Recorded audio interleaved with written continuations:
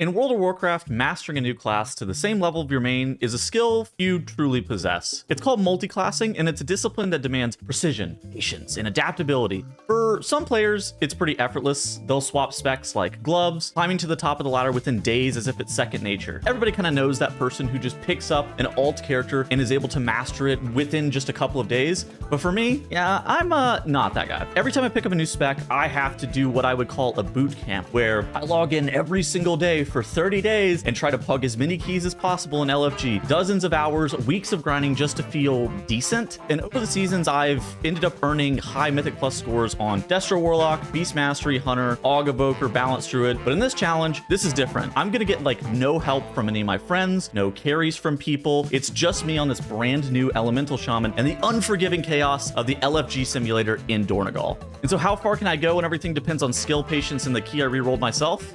Let's find out.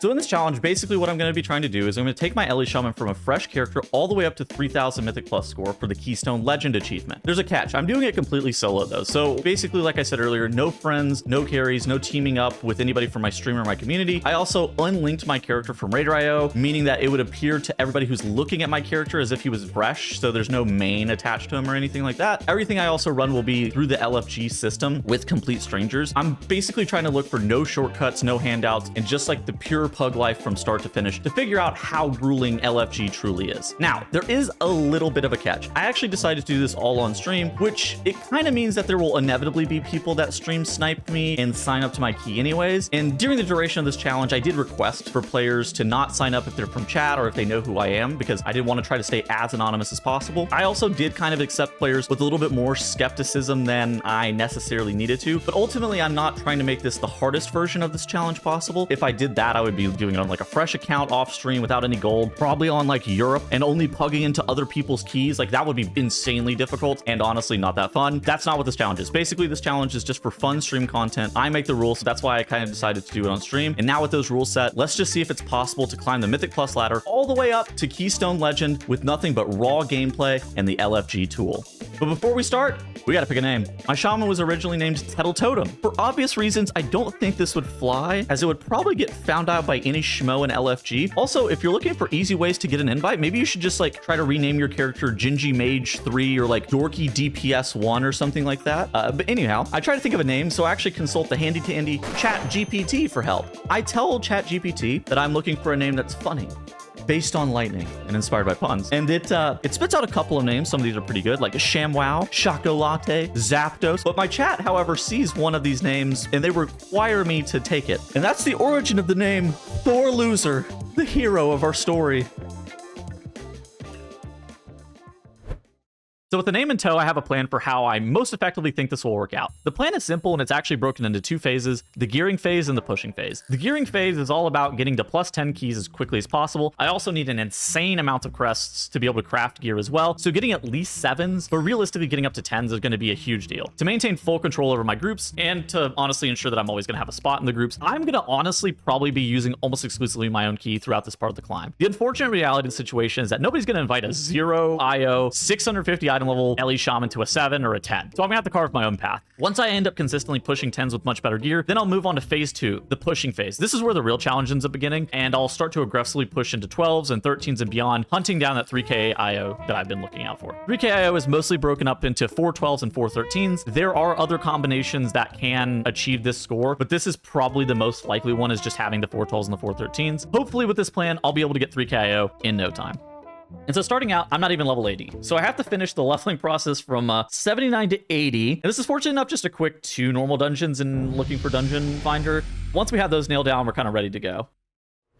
I start out and I'm 530 item level. I send over as many pieces of woo gear off my main as I possibly can find, and that kind of quickly bumps me up to 580, which is much better than the 530, but I'm still nowhere near being able to actually start doing Mythic Plus. I then head on over to the Siren Isles so I can get the Cersei Circlet. For all intents and purposes, this is probably going to end up being just like a best in slot ring for the entirety of this challenge. Additionally, the ring exploit is still in the game, and so all you have to do is to get your ring to 658, equip it in both slots, delete it, and walk up to Bargus and go, Oh, step dwarf, I've seemed to misplace my ring. Do you happen to have another one for me? And then bam. Basically, this will give you a new ring, and you can upgrade rings for free to 658 item level, with only Valor Stones being the main currency that's required there. I get all the stages of Cersei's Circlet item level upgrade, do the trick, and then I'm out of the Siren Isles with Abyss ring in my bags. Post getting this ring, I'll make a pit stop to the Godfather in the Undermine and see if I can get any more woo pieces. You know, that might be useful. Unfortunately, none were to be had, but I probably should have done this on all my level 80s prior to the challenge, but I didn't. Ultimately, it's not like a huge deal.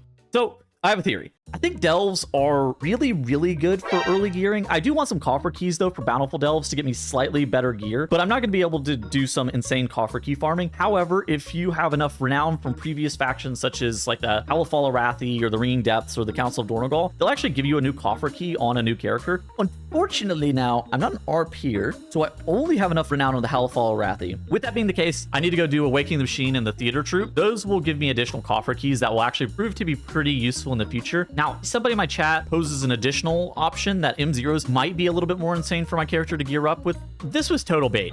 The reason it was total bait is that I'm having to deal with other 620 item level characters 3 months into the patch or whatever. So I do a rookery, and I'm not even exaggerating. This run takes me 35 minutes to get 0 pieces of gear. Since M0 loot isn't guaranteed, I would have been better off doing delves, almost certainly. So I'm never doing M0s ever again. That was complete bait. Now, I have 4 coffer keys and we get into delves, and the beginning of my journey was rough. I had to slog through 30-minute delves as restoration. Yeah, not even elemental. And so the reason that I needed to play resto is because level 8 delves at 580 item level isn't really a thing for me as Ellie. And so basically putting Bran as like a tank specialization and just trying to heal him enough to allow him to complete the delve for me is probably the best opportunity. Let me say, I thought Tank Bran was supposed to be OP, and they ended up nerfing Tank Bran, so that made me assume that he was probably still going to be OP, but apparently that's only true if you have like a max level Bran. As somebody with a level 42 Bran, this was a movie.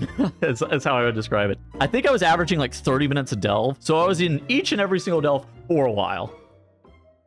So I also ended up deciding that giving my shaman a wave scrambler and 250,000 gold was fair or necessary, I guess is how I would describe it. And again, you could say this isn't the most hardcore version of the challenge, but ultimately for me, it's for entertainment. So I think this will be the best use of my time. The wave scrambler allows me to guarantee a map from the underpen, which that will end up giving me guaranteed hero track pieces of loot from +8 delves. Another important thing to note whenever you're starting your gearing journey is that the weather crests can also be converted and added to the blue pieces of crafted gear to give you 629 item level loot on this patch. This is going to be an integral part of replacing all my leveling greens because walking around with 450 item level gear wasn't really for me. And so with all of that, I would describe it as pre-gearing. With all that pre-gearing process finished, I've ended up with 635.31 item level, which is quite a jump from the 530 that I was a couple of hours ago, don't you think? So with my pre-gearing grind finally out of the way and my shaman sitting in a respectable 635 item level, it was time to put all of that effort to the test. First, I got to figure out my talents. I could, in theory, open up a guide here and try to read about how to play and get talents, but nah. I've done this before. I played that Augavoker last season. That wasn't that bad. I play Moonkin right now. Surely my hubris doesn't get in the way of me. And so I open up Bond, the Villadin's Radar IO. I'll copy his talents. Surely this can't go wrong. I open up my own key. I go to Lindormi and get a new key. And what do I get? A +2 Dark Flame Cleft, and queue it up through LFG. Remember, I'm going to largely be using my own keys during this challenge to control the group composition, but mostly it's to make sure that I can secure my own spot in the group, because otherwise I'm not getting an invite. Not even people in +2s will invite a 635 0IO Ellie Shaman. So no more delves, no more crafting. Now we're just on to Mythic Plus in that part of the video.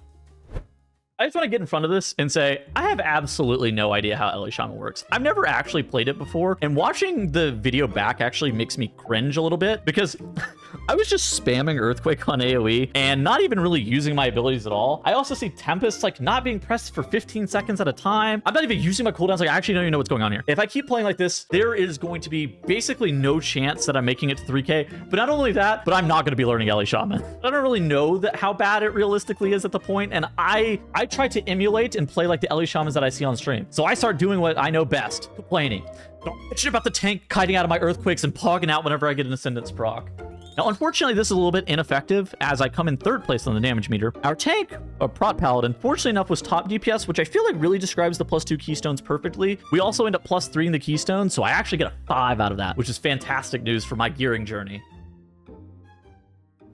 Now, I decided that I need to take a break from the keys after one dungeon because I recognize that I have no idea what I'm doing. I threw up a YouTube guide to figure out what's going on with Ellie Shaman, and I just want to reiterate, again, I've never played this class before, much less this spec, so all of this stuff is brand new to me. Something I didn't know about this journey is that Ellie Shaman players also refuse to speak English, and they only speak in some foreign code that they understand, some weird Ellie Shaman speak. They'll also unironically abbreviate every single ability to shorthand for some reason. I just like gotta figure out how they speak and figure out what the hell is going on with the specialization as well, so at least I can understand what's happening. Something I recognize, and I didn't know this at the time, but Ellie Shaman's actually far less complicated than I originally understood. Let me give you kind of a crash course as to how the specialization plays. So you basically just alternate EB and EQ for EOGs, then you'll fill with CL on AoE and LB on ST. You will spell Q IF after EB on ST and continue to use IF up to 3T. LVB is supposed to be on CD on ST. And now if you understood that, now all of you guys understand Ellie Shaman as well. However, at this point, a bit of a noob and forget to press many of my abilities, and I'm not LVBing on CD like I said I was supposed to.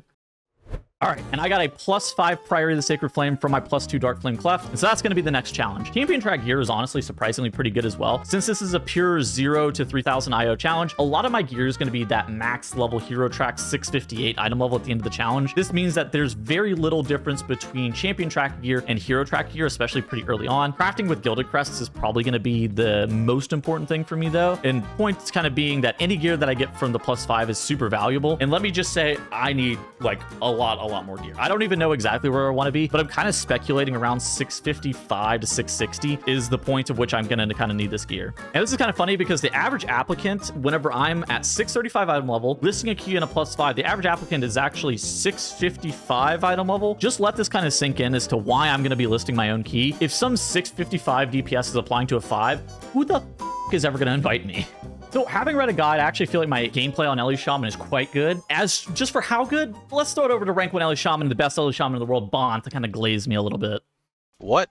Tettles is doing a 0 to hero elemental shaman challenge? We gotta check this out. What do we got here? Looks like a 5 priority Thorloser. Love the name. Here we go. Show me what you got, Thorloser. Alright, we're looking at the Knight, Stormkeeper, Stormelly, Ascendance, Nature Swiftness, Lightning Bolt. Oh no, Thorloser needs help. Somebody help him. Chain, bro, chain. There you go, there you go. Ice Fury. Oh, not an AoE, my brother. Chain, Quake, chain, Ellie Blast. You can do it, baby. Let's go. Chain, Ice Fury. Oh my, another one. Shout. All right, stop casting. Don't get locked. I got locked. I got locked. Beautiful, I love it. Okay, you know, shake it off. You're good. You can cast other schools of spell. Is woaded. Woaded? Okay, I'm not sure what that means. Maybe I'm just old. Whatever woaded means. Worship imaginable just happened to me. Okay, woaded. Thank you. Ellie Blast, chain, Quake, baby. That's all we're doing. Okay, the gust. Sick of. Wait, what are we gusting? For fun? F it. A T-storm. What are we T-storming? It. We're just sending that shit. I guess there was no. I didn't see any stops or any casts or anything. Shout. Okay, don't get locked out, buddy. Ice Fear locked. Again. Okay, man, we're gonna have to help. Thorloser is gonna need some help.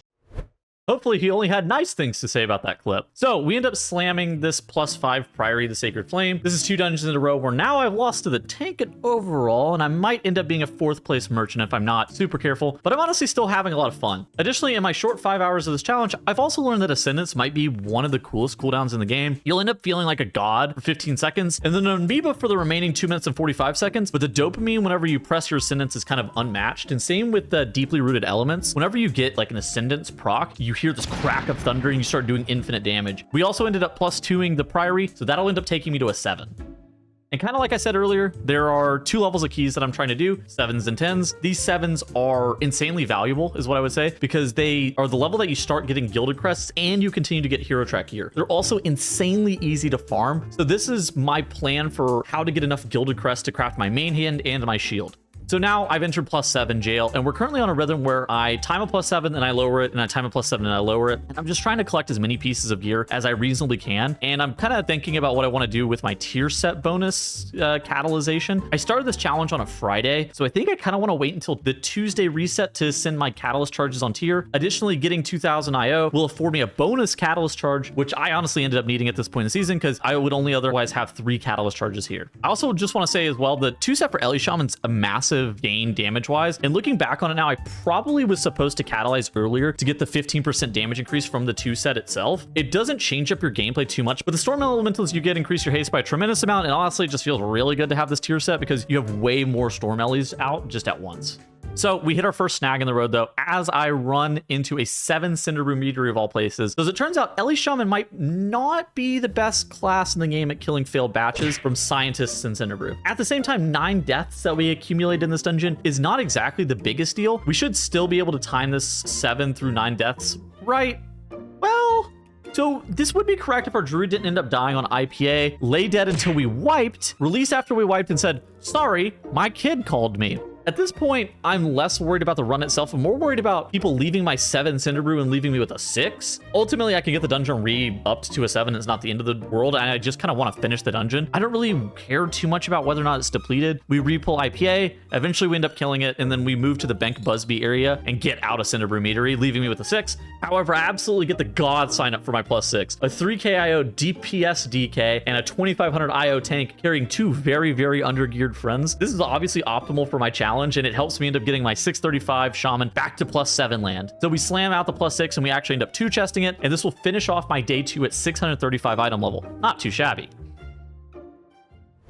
So scrubbing through these VODs after the fact, I actually want to say that at this point I've been using a 623 item level Imperfect Ascendancy Serum, which for those who are uninitiated, basically this is an on-use trinket that turns you into one of the guys from the Ring Depths. And I'm not sure if I've actually used it one time in the 2 streams I've had. I am in desperate need of a new trinket, something that ideally I could macro into Ascendance and not really think about, because if you don't know the Ascendancy Serum, you basically have to like channel it before you turn into that guy. I also need to desperately get to 10s pretty soon since the reset is closely approaching. And so yeah, getting 8 10s for the best odds for myth track upgrades is going to be a pretty big deal. At the same point, I just want to let it be known that the average wait time for these tweener keys like 8s and 9s is also absolutely terrible. You end up sitting and waiting for applicants for probably 3 to 4 times as long as opposed to what you get for like 7s and 10s. A generational run for my Ellie Shaman is afoot though. So we end up going into a Dark Flame 8 into a 9 Motherload. We end up timing that Motherload, and that allows me to kind of snap my fingers and go straight into 10s. And that gives me the first 10 in the series,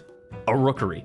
Now, what I will say about Rookery is not exactly the easiest key for this challenge, but I certainly am making it harder by forgetting to invite a healer initially. I think I was just like drooling or gooning over some high eye level DPS and forgetting a healer that was necessary for a 10. Because I'm so low item level, I'm just like, yeah, this guy's going to be able to carry me. This is great. And surely I don't really make this mistake ever again where I forget to invite a healer, but at least at this point I caught it before we zoned into the key and anything catastrophic happened.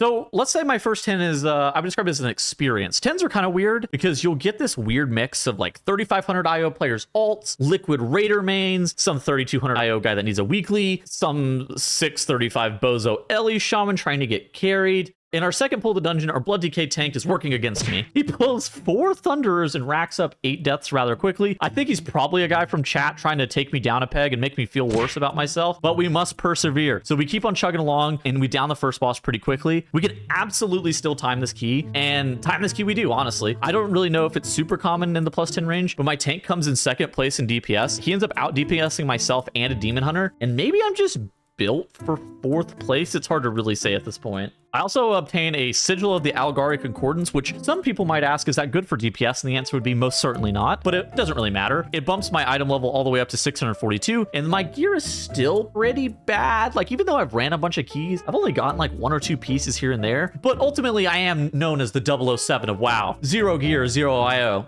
7 depletes. All right, so we make our way into the next 10. I end up like lowering the rookery and we go to the Priory of the Sacred Flame. I think that this dungeon is by far the hardest on the season, particularly for pugs. And I actually continue to get a lot of male wearers in my group. Obviously, I'll be prioritizing male wearers, but I just tend to kind of value the best available player over class or meta due to being such an absolute rat of a character. I need basically as much help as possible. So I kind of end up taking the highest IO and item level people to increase the consistency of our runs. With that being the case, I kind of want to shout out I Hate Anime of Illidan, who is trinket farming the Tome of Light's Devotion in Priory of the Sacred Flame. Now, he was begging for it in party chat, and unfortunately enough, he actually didn't receive the trinket, but fortunately enough for the old Thorloser, he did get the Signet of the Priory, and this goes back-to-back dungeons where I'm actually getting an upgrade. This is a massive upgrade over my never-used Ascendancy Serum. I also had what I would describe as a dominant performance, don't mind if I do, in the Priory of the Sacred Flame. I beat the tank, so shout out Anime. This is a great day, indeed. And so after this Priory of the Sacred Flame, we go on a big run, timing a Cinder Brew metery 10, a Rookery 10, Theater 10, 11 Priory that I forgot to lower to a 10 metery, another 10 Rookery, and then we get to a 10 Dark Flame. Also, at some point during that run of keys, during a Theater of Pain, I kind of have a revelation. I need the one button macro, but unfortunately, the one button macro is not going to be released until 11.17. So I'm going to need the next best thing. And no, I'm not talking about Hikili. I don't want Hikili. I'm really bad actually about not pressing my Tempest at this point. I also forget to spread Lightning Rod for more damage as well. I'm also not even pressing my Tempest enough, and I begin to complain about it on stream about how much of a noob I am, and somebody links me a macro, and I'm not talking about the one button macro, but they link a macro where it casts Tempest if you're actually pressing Chain Lightning instead. This is actually perfect for me right now because the points at which I will like wait a long time to actually press my Tempest are the points where I'm spamming Chain Lightning and not really thinking about my Tempest, and then one thing leads to another, and then I have 2 Tempest stacks and I was supposed to spend them, and then it's just like I'm just in shambles. But this is perfect for me right now, having this Tempest to Chain Lightning macro. So moving forward, 10s are actually probably a little bit easier than I anticipated. I expected to actually have more depletes, and I've set up quite nicely actually going into the reset. I've ended up playing for 4 days for a total of 17 hours, and in that 17-hour time period, I've gotten all the way up to 646 item level and 2212 IO. In this video, you might have also noticed that I haven't crafted anything, nor have I catalyzed tier yet. This is kind of carefully planned, and I kind of talked about it a little bit earlier. At this point in the season, we only have 4 catalyst charges total, which that's fine. At the same time, I can't be spending them on gear that I don't think will help me off finish the challenge, and so like the crafting's being delayed as late as possible. I also need a bunch of Gilded Crests, which I finally have, but I needed to delay the crafting as late as possible. And I finished the reset with 220 Gilded though. So I'm gonna be able to immediately craft 3 pieces once we take our vault and kind of see our gear. Because the worst thing that could possibly happen is I craft a piece and there's not something that's great in my vault, and then I end up taking that piece, and that would be just kind of in shambles.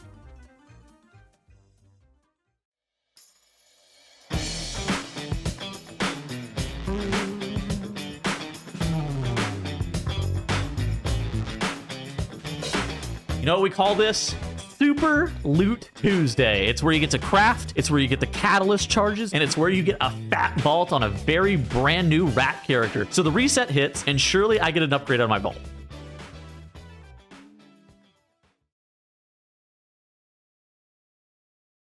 Okay, so I kind of get an upgrade on my vault. I actually get a Delve trinket, the Suspicious Energy drink from the Delve slot on Hero Track. So in retrospect, I was actually mad about it at the time, but in retrospect, this is probably one of the better options of things that I could have gotten, considering the alternative is what? It just feels bad to be taking a Hero Track trinket whenever you could be taking something on Myth Track, especially on a brand new character. But I don't think that complaining is really gonna solve anything here. What I will also say is an unexpected side effect of my gearing plan as well is that I actually don't get too many runed crests since I'm primarily doing 10s. At the same point, it's probably a problem for future me. I'm still in the mode where I'm trying to get as many Hero Track pieces and replace these stupid 629s. So I upgrade some of my gear and get to crafting. I end up slamming a main hand, a shield, and pants. Also, something that I've learned about shields is apparently you can't put Ascension on them. I didn't realize that that was like an offhand exclusive thing, but I went to put Ascension on it, and then my chat was like, you can't do that. And I was like, what? It doesn't make any sense. But at the same point, I've decided to slam my Catalyst charges on even Champion Track gear, which might come as a little bit of a surprise. The thought process behind this is kind of simple. I'm unlikely to actually be upgrading gear past 658 over the course of this challenge. The challenge is basically just to get 3K as fast as possible, not yielding the most power long term. And like the only way that I could reasonably get punished is if I have to take a myth slot tier piece next vault and I no longer have the catalyst charges to be able to put on the piece. But like I don't think that's gonna be relevant in the future. I'll just remember that in the future.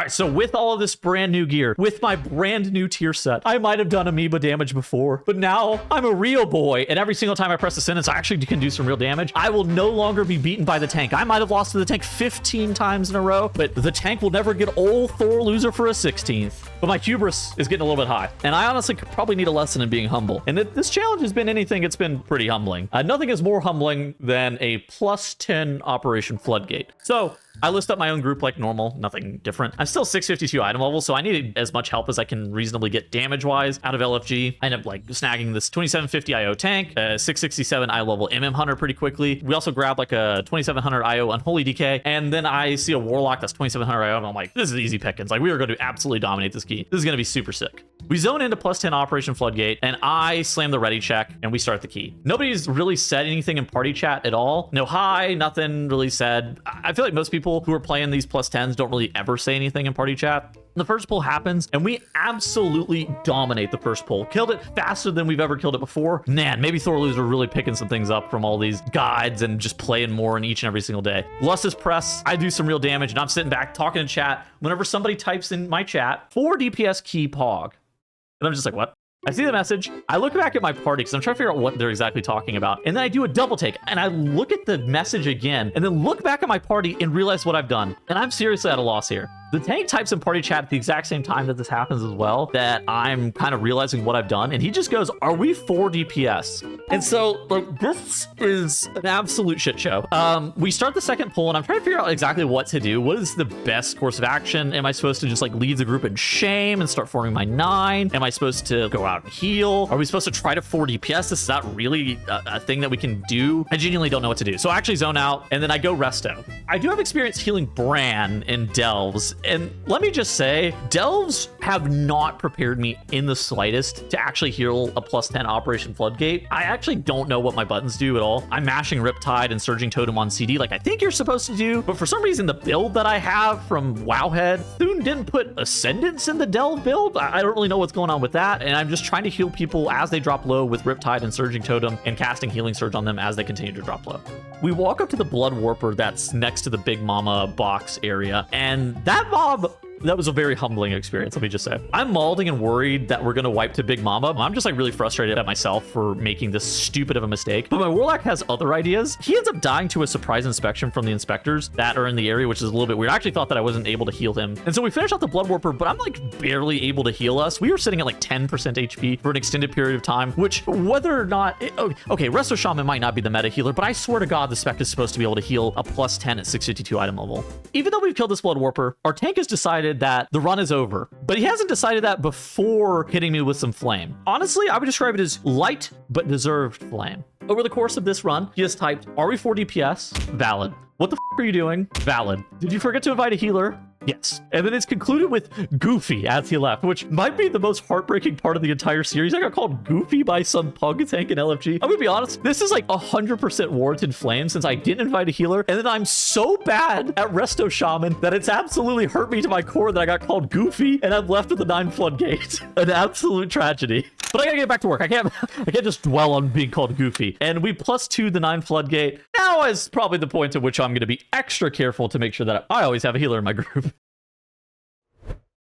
So I just continue on with my journey. I kind of expect to want to be around 655 to 660 item level, like I stated before I realistically start pushing these 12s and 13s, but I do actually start to end up picking up some 11s along the way through timing a Priory 11 into a Rookery 11. I get a little bit too big for my britches though, as I try and fail an 11 Theater of Pain. I know I mentioned wanting a little bit more gear, but I'm genuinely worried about not being good enough at Ellie Shaman yet. We're currently on day 6, and I'm still around like 25-ish hours into level 70, and as I said earlier, I'm just terrible at learning new specs. I need like a lot of reps, and I know that it's possible for my character to be able to time 13s right now, but I'm not sure if it's possible for me, the individual piloting the character, to be able to time the 13s. Like mechanically, obviously I understand the dungeons, my main is 3500 IO-ish, but I don't know if it's possible for me to be good enough at Ellie Shaman yet to get to that point, and that's kind of the issue that I'm having. It's this weird mental block where mechanically I know what I'm doing, like it's not that hard, but I'm not confident enough in my own DPS to be able to carry necessarily in the same way. I also recognize at this point as well, being on Ellie Shaman instead of something like tank or a healer is also a much more difficult task. Now, Ellie Shaman's nice in the sense that it has 12-second wind shear, but your DPS are only carrying a 12 so hard, and if I had more individual control of a group, I think it would help a lot more.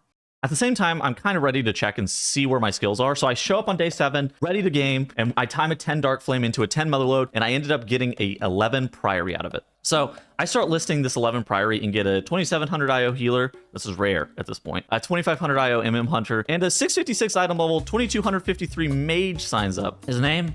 Jangbi. I consult with my chat as to what to do. As per the rules, I'm not necessarily supposed to play with chat, people I know, or get a carry. At the same time, this is for content, and my chat actually determines that bringing Jangbi isn't me getting any additional help, and as they stated, if anything, this makes it harder. This will also help me check and see where my damage lands. Also, I realized while writing this, if you're not uninitiated with Jangbi, it might sound a bit insane that I'm talking about this like random guy. Jangbi is my bench co-host Growl's mage. Growl did a 0 to Hero series on mage in Dragonflight Season 3, but he's never really played mage at a high level. Here's a clip to familiarize yourself with Jangbi.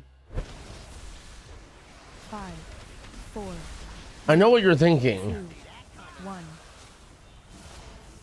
You're seeing me at the bottom of the meats, and you're like, what could he possibly do to come back from this? Watch this. Lust.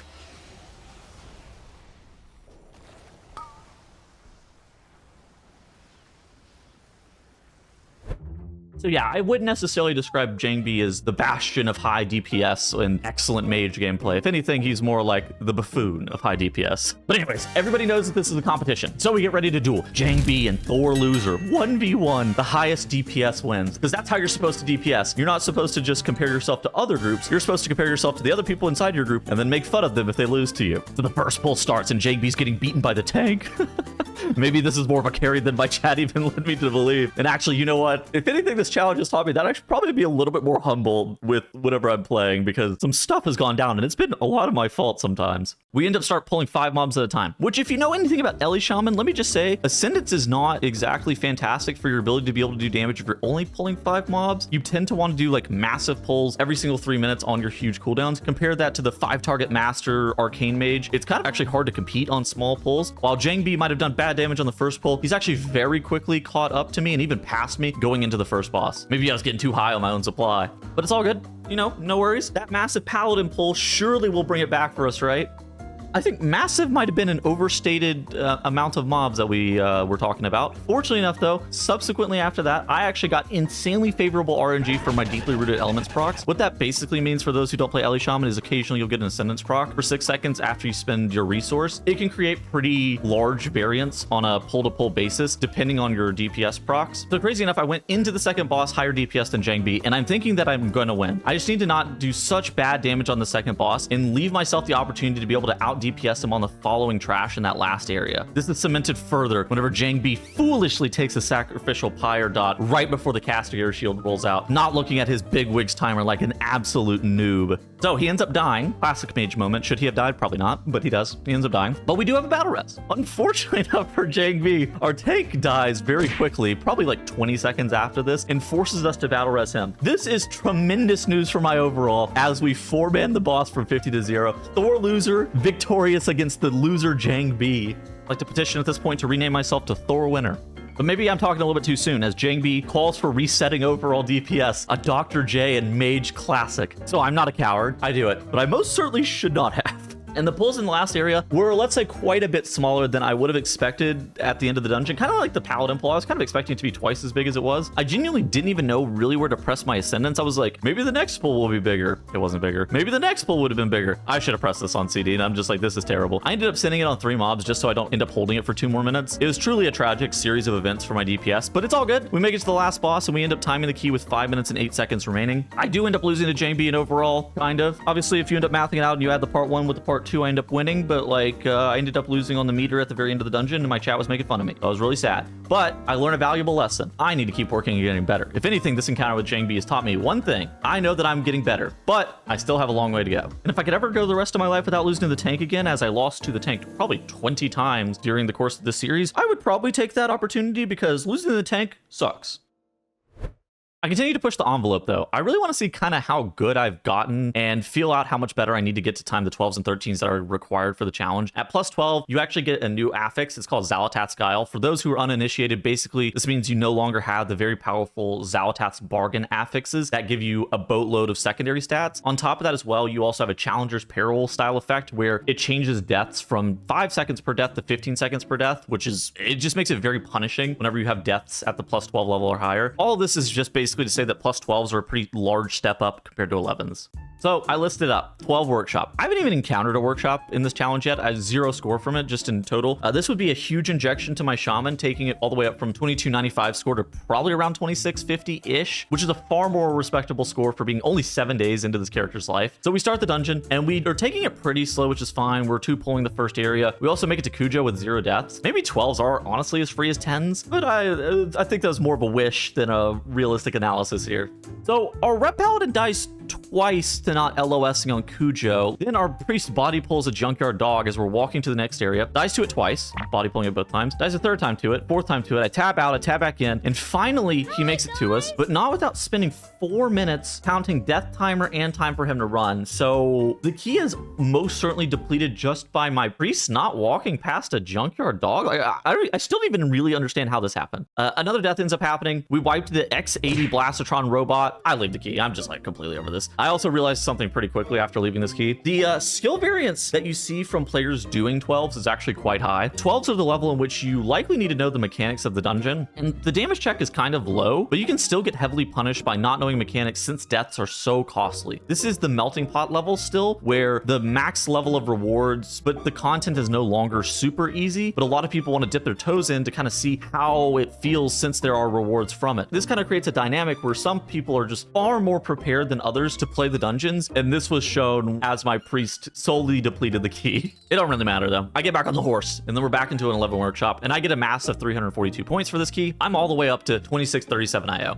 Realistically, this is the point in time which I could probably start applying for other people's keys, probably, but I'm not going to really waste my time doing that. I could spend 15 minutes on average applying for keys that I'm only appropriately qualified for just to get declined, or the alternative is, again, I run my own key at the risk of it getting depleted. I'd rather remove that waste of time applying aspect from the mix and just kind of keep running my own key, even if that involves the ups and downs, because eventually, if you're going to get favorable RNG from the push as well, it can be one of those situations where you can actually just like kind of high roll your key. And if I get like a 13 motherload into a 14 Dark Flame Cleft into a 15 motherload, that would be just a massive IO injection and save me a lot of steps in the process. Out of that workshop though, I get a 12 priory, but that's a project for another day. Having spent all my time so far getting gear, over the last 35 hours of gameplay, it's probably time for the elusive push for 3k IO. As I stated at the very beginning of the video, I'm going to need 4 12s and 4 13s. This is like the magic combo to get right above the 3k mark, and so far I've had around an 80% success rate in keys, but this section is where the depletes really begin to start.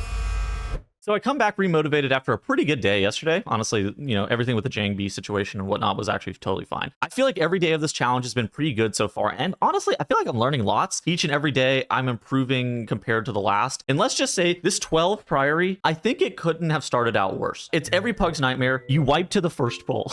We do what I would describe as a high key standard first pull and priory. The issue is that the knights, these mobs are just not well tuned. These are just the most overtuned mobs in the history of the planet, to the point where most high-end groups no longer pulling them. Our healer unfortunately figures out why they're overtuned and we don't pull them, because he lets himself die to the impale plus interrupting shout combo. Also, if there's anybody from Blizzard watching, why is the impale dot 15 seconds? Like, for what reason? Why does it do 400% of my HP over those 15 seconds? I'm just asking questions here. Anyhow, this is like whatever. I'm pretty over priory, so instead of rerunning this on an 11, I actually just drop it to a 10 to get a new key. This is probably the best idea.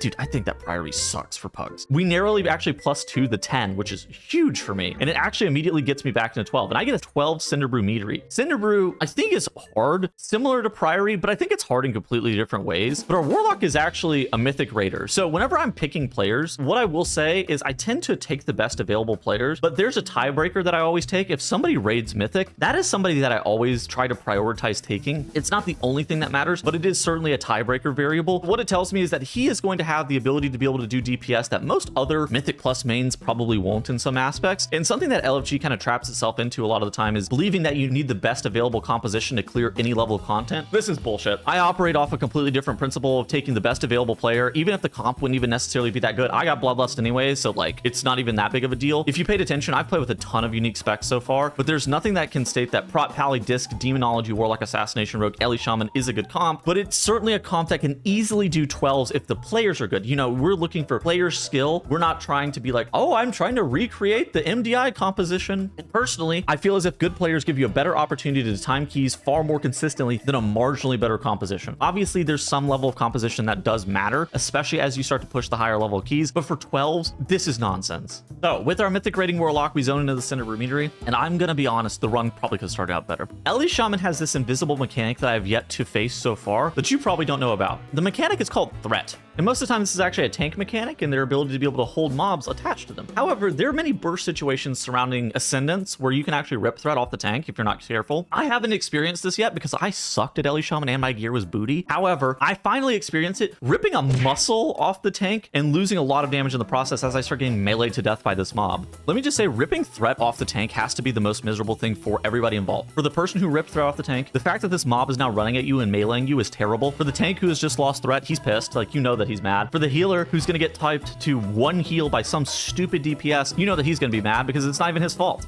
Nevertheless, we continue on to the IPA wing where it happens again. I get meleeed once more. Even with these melee deaths, these are like the only deaths that we have through 2 bosses in Center Brumetery. Through that IPA wing, basically only dying to the melee deaths is like totally fine. I was a bit concerned about our failed batch potential damage, considering that killing those barrels off is actually really difficult for our composition. But as it turns out, it wasn't even that big of a deal. That side of the dungeon, I think, is far more difficult than the Bank Busby side. So we're on to Bank, and you might ask myself why I'm not helping the healer whenever we are killing this fight. Most of the time, whenever I'm on my druid, I'll help my healer sometimes shoot the bees. If there's not a bunch of dots out, I tend to not really want to help the healer. But the answer is actually kind of a little bit more simple than that. I hate my healers.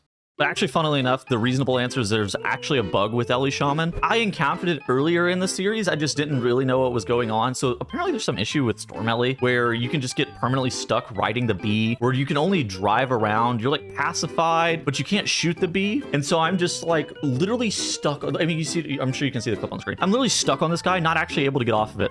So I'm sitting there in this 12, praying that my healer and somebody else can help this guy with the bees because I can't get stuck on a bee and would just lose a DPS. It's not really a thing. Fortunately enough, though, my healer is a beast. We're happy with it. So we go ahead and we actually time the key, and I actually get a massive plus 35 score for my first 12 time, which I'm stoked about.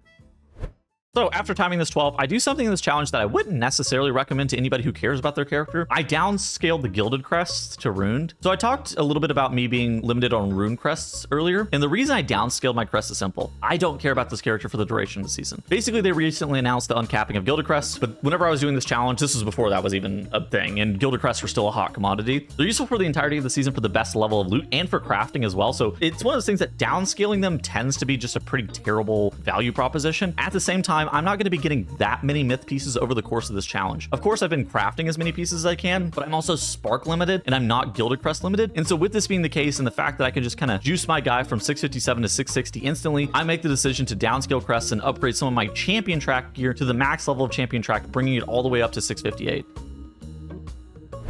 So after I end up getting that nice item level bump to give me a little bit more DPS, around 3% or something like that, I'm actually stoked to try my first 13. Operation Mechagon Workshop. I even get an RP here in my group. Warwick, the Worgen Unholy Death Knight. We start the dungeon, and let me just say, if there's a spec that's ever good at dominating keys that are below, I would say a 15, it's probably Marksmanship Hunter. I feel like every MM Hunter that I've played with in this challenge so far has done the most unspeakable amounts of damage. And I know I shouted out Warwick, but this MM Hunter I've invited to this 13 does crazy damage. It's actually a noticeable quality of player increase going from a 12 to a 13. The type of people that end up signing up for that 1 key level higher just increases the expectations that they're going to know the mechanics drastically, because more often than not, these are people who have already timed 12. So of course, they had to know the mechanics for those 12s to be able to make it to 13s. And this is fantastic for me because I just view this as a nice way for me to play with people who are slightly better and have increased consistency going through a 13 as opposed to doing it on a 12.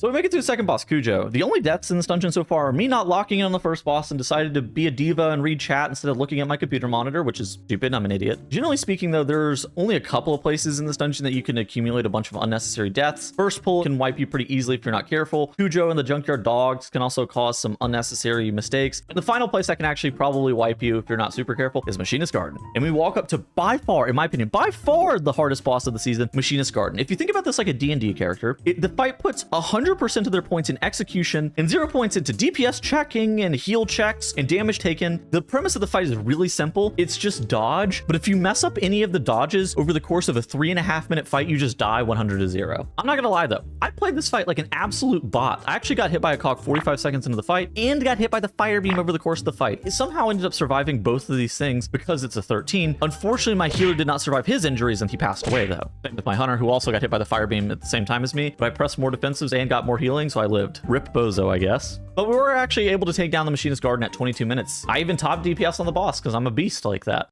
Throughout this entire challenge, my single target damage has also been bad, like like really bad. So the fact that I did boss damage is a huge accomplishment for me, even though I did mess up a little bit on the boss. So small victories here. I think we're actually going to time this dungeon, and maybe the series is going to be a little bit easier than I thought. Our route was a little bit slow, and instead of going for the highly volatile meld skip and a pug, we clear out all the trash. This is probably the preferred strategy for like a Pug 13 if I had to wager a guess, but we're only left with 5 minutes and 20 seconds for the final boss, which it's certainly doable.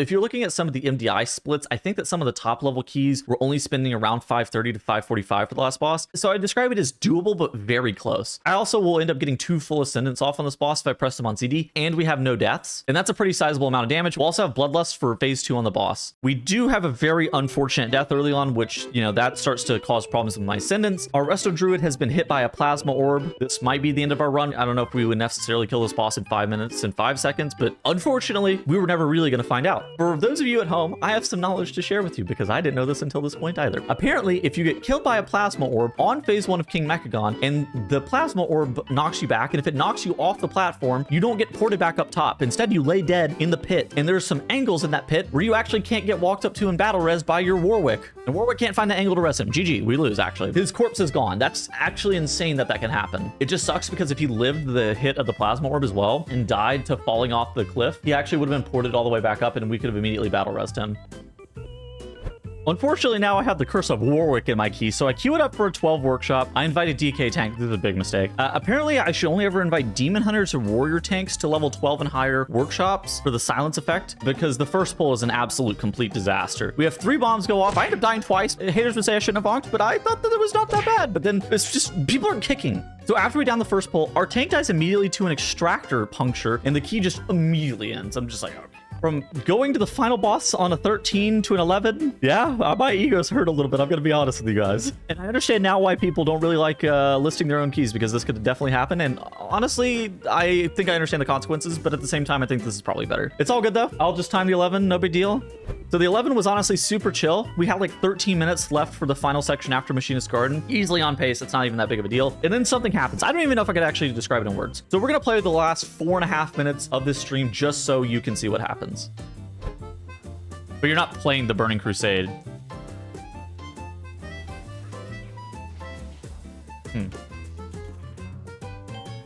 Defensive.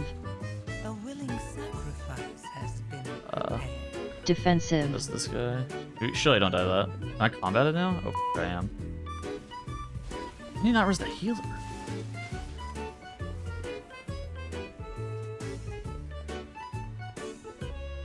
Wait, that guy's trying to... Oh, we're wiping again.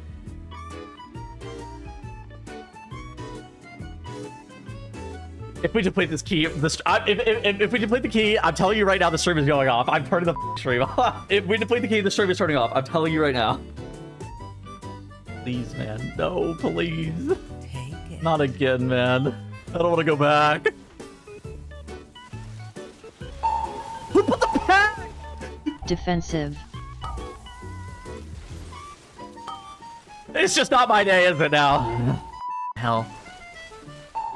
No, it isn't. I'm ready to... I'm logging off. All right, goodbye. Okay, so yeah, I got a 10 now. At least it's no longer a 10 workshop. I did finish the key off stream.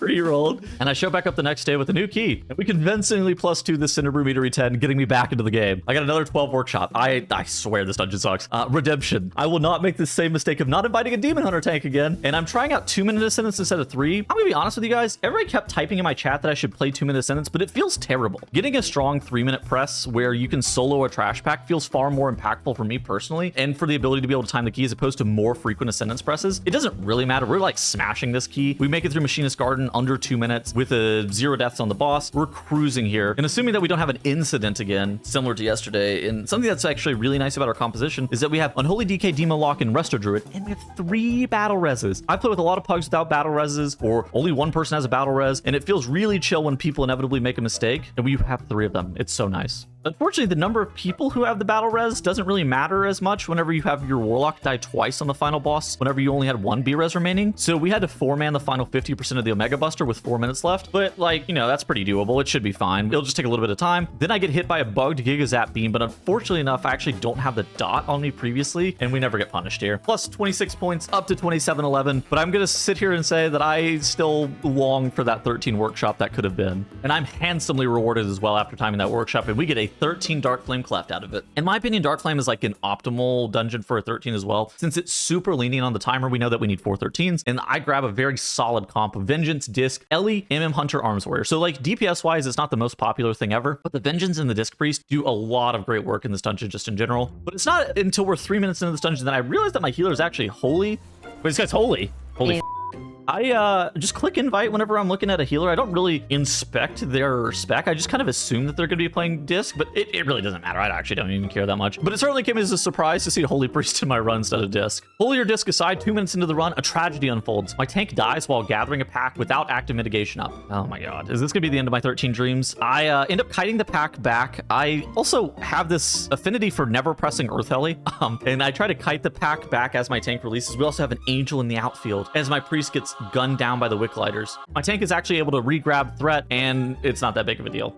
I didn't do Dark Flame that often, but something I learned in Dark Flame is that you can actually stop the Overseer knockback on mobs with roots from Earthbind totems, and if you can catch them midair with Thunderstorm, you can like stop the mobs in their tracks, and that actually allows me a lot of control for helping out the group. This actually helps a lot for the first pull and for future pulls that involve Overseers in them. I think this is actually super nice if your Shaman is able to do this in your dungeons. So we're chugging along quite nicely, and we make it to the hardest heal check in Mythic Plus, the Candle King. We also had the bonus effect of proccing a 45-second time loss of not hitting the jump skip by our warrior. This is probably no big deal. This dungeon's pretty lenient timer-wise. As long as we can make it through the Candle King, nothing else really matters. The Candle King is tough, but I'm really interested in seeing like what the HPS of this priest is going to be able to be on this 13. And as a group, I would describe that we did a terrible job of stacking up. Our wax statue RNG is pretty decent. It's good enough to where we're able to clear out all 5 statues, but it's not like perfect, and our healer has to run around a lot, which can cause problems the higher the key goes. I'm trying to kick every single time for Season Wins DR, but for some reason people just keep kicking over me. Shaman is actually able to kick the boss every single time and get 15% DR versus those circles that come out, and it's a little bit unfortunate because I would love to get that 15% DR. It's quite nice. We kill the boss off in 3 minutes and 15 seconds, and I would describe that as surprisingly coordinated for a pug. You know, even though we weren't doing a great job of stacking up, I think it's one of those things that a lot of the times I feel like you have like 6 or 7 statues up and your healer is just an absolute hell and having to do more healing than an MDI level healer doing in 21 because they have to heal 7 statues, but actually there was none of that. We only had 5 statues the entire time, and we killed Candle King 19 minutes and 30 seconds into the dungeon, and that sets us up quite nicely to be able to time the key. You only need to have the boss killed off by like 21 minutes or something like that, so we have a ton of leeway. We can have a medium level mistake and still time this key. Something weird is happening though. Somebody in chat actually noticed this. I didn't really notice it at the time, but our count is looking a little bit low while we were doing the darkness bombing. I think we ended up missing some of the trash in the minecart section. We also missed a pack prior to the Blazicon room. Both of these together put us a little bit below where we needed to be count wise, and we couldn't make it up with the additional corridor creepers or skittering darkness mobs. Our tank, he decides to immediately jump down and do the pack that we skipped going into the Blazicon room, and then our priest grips our tank and the mobs snap up to us. I've never seen this before, and I think we're innovating a new route in Dark Flame a little bit here. Fortunately enough, like I said earlier, it doesn't really matter all too much because we had so much time coming off the Candle King, and we still have 4 minutes and 20 seconds for the final boss, a boss that probably only takes around 3 minutes with Bloodlust. And assuming that we don't completely shamble our candle and get feared over and over again and get that haste reduction we probably are supposed supposed to be fine. The only real way that we can wipe here is like a major candle mishap. Normally the healer will end up doing the candle during the 0 healing part of the fight, and then I'm running the candle during the Eternal Darkness AoE. We kind of get that squared away, and we're doing it correctly. And with that being the case, we're unstoppable. Plus 55 points. I'm all the way up to 2766. This is massive. After this, I am praying for a plus 14 Motherload. This would be like a colossal W. Unfortunately, no, it's not Motherload. It was Workshop. Of course it's Workshop. Dude, it's always Workshop. Like, I'm just in Workshop purgatory in this entire series. Like, if I got better key RNG, I swear it would be so much easier. The stupid Priory of the Sacred Flame, dude. I always end up in Priory as well. I will say in this 14, though, I get a nice surprise. I am able to play with the best Preservation Evoker in the world. He currently only has a bunch of 13s timed and no 14s. Don't fact check that, of course. He also puts in his note that he has a 14 Workshop if the run goes smooth enough, which I don't know if I've ever seen somebody, like, if you guys see those groups listed in LG where it's 14 then 15 after. I don't know if anybody in the history of the world has ever stayed for the 15 after, but I do see that the note, he's like, yeah, if the other 14 goes smooth and say we don't time it, then we can try mine. I'm like, okay, you know what? This is great news for my stupid Ellie Shaman that's completely useless. This is fantastic news for little old 660 item level Thorloser.